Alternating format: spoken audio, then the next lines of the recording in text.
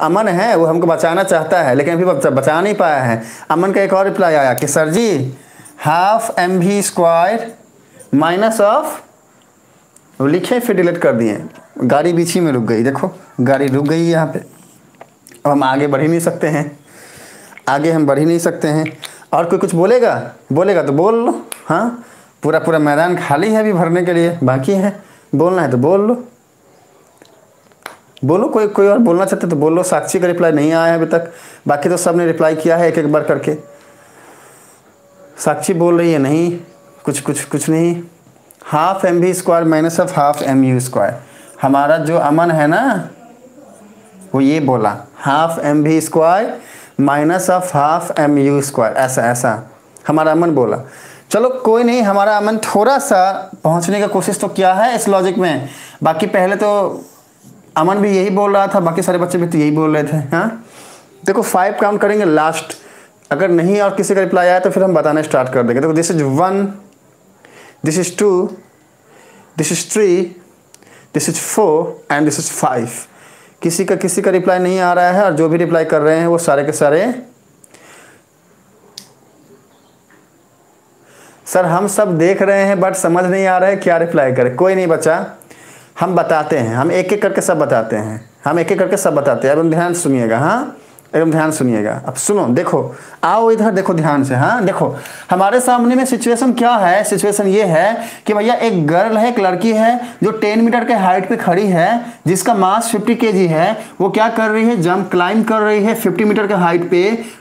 Time कितना लगा रही है, 10 सेकंड लगा रही है। तो इसमें इस गर्ल ने कितना पावर लगाया वो क्लाइंब करने के लिए, जंप करने के लिए 10 मीटर से 50 मीटर तक। ठीक है, तो देखो सुनो मेरी बात, हमें क्या अल्टीमेटली कैलकुलेट करना है, पावर का फॉर्मूला हम जानते हैं क्या होता है, वर्क बाय टाइम। अभी हमें टाइम तो दिया हुआ है 10 सेकंड, पर हमें चाहिए वर्क क्या होता है। वर्क का फॉर्मूला एक होता है फोर्स इंटू डिस्प्लेसमेंट। अच्छी बात है हमारे बच्चों ने रिप्लाई किया है कि भैया सर फोर्स इंटू डिस्प्लेसमेंट होता है, लेकिन बच्चा कब, जब फोर्स के बारे में, डिस्प्लेसमेंट के बारे में हमें पता हो तो लगा सकते हैं हम ये फार्मूला। पर यहाँ पर तो हमको ना फोर्स के बारे में बताया गया है ना ही डिस्प्लेसमेंट के बारे में बताया गया है। तो यहाँ पर हमारे पास बातें हैं क्या क्या, तो पहले आओ उसको लिखो तो समझ में आएगा फार्मूला क्या लगाना है। हाँ तो लिखो यहाँ पे गिवन क्या क्या है।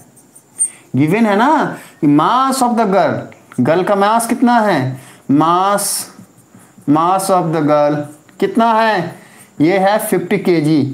ओके ठीक है, और क्या गिवन है, टाइम कितना लगा, टाइम कितना गिवन है 10 सेकेंड। और क्या बातें गिवन है, पहला हाइट, इनिशियल हाइट कितना है, इनिशियल हाइट कितना है, इनिशियल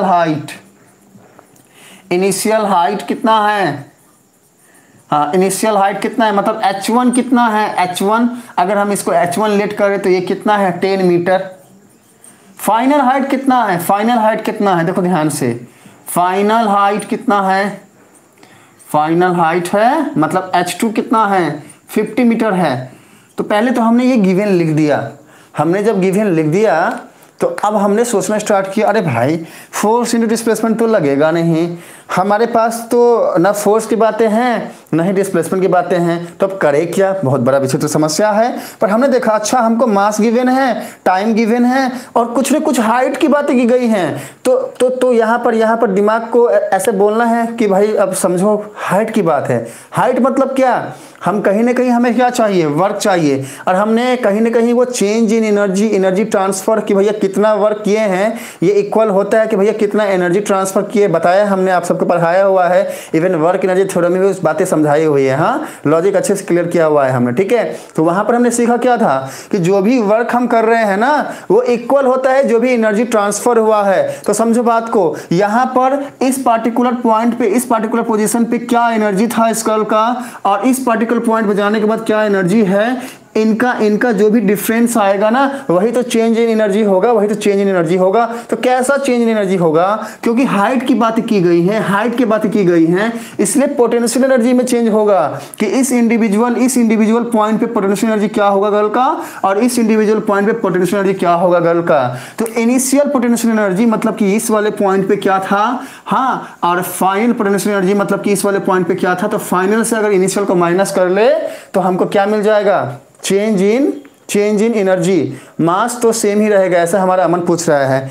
बिल्कुल बच्चा, मास हमेशा ही सेम होगा, मास थोड़ी ना चेंज होता है, मास हमेशा ही सेम ही रहेगा।